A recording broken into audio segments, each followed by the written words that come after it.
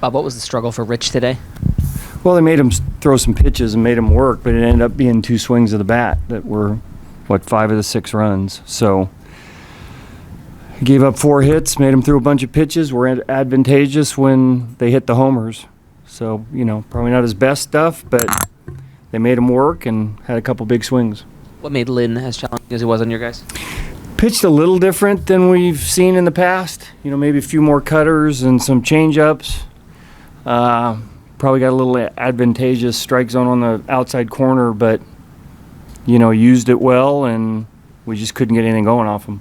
It's kind of been like all season where you have momentum one night that doesn't necessarily carry to the other night, whether good or bad. Why do you think that is, and why haven't you kind of been able to maybe build on some like emotional victories like what last night? That's a good question. So we'll continue to search for that. We've come up against that 500 mark a couple times now, and would like to be able to push through that and get on the other side of it. Hopefully that'll be a big hurdle for us, but we haven't been able to. And like you said, we'll have some really good games and not so much the next day, unfortunately.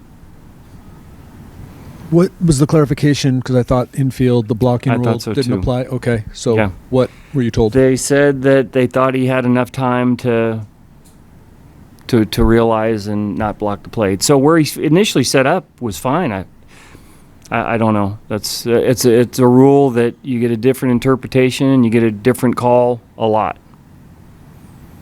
Might Avila have worked himself into some more situations that are... Well, look, he did a lot of great things today. He kept us in a game, shut out a really good lineup, and, kept, for the most part, our bullpen out of the game. So, whether it's more of that, he's certainly going to be down a few days after this one. But he's pitched some impressive games for us, whether it was starting a game and going short, 3 innings coming in. He's been really impressive for us. This is probably his best work in a time we needed him to get through some innings. So do we feel better about him in any particular instance? Probably so.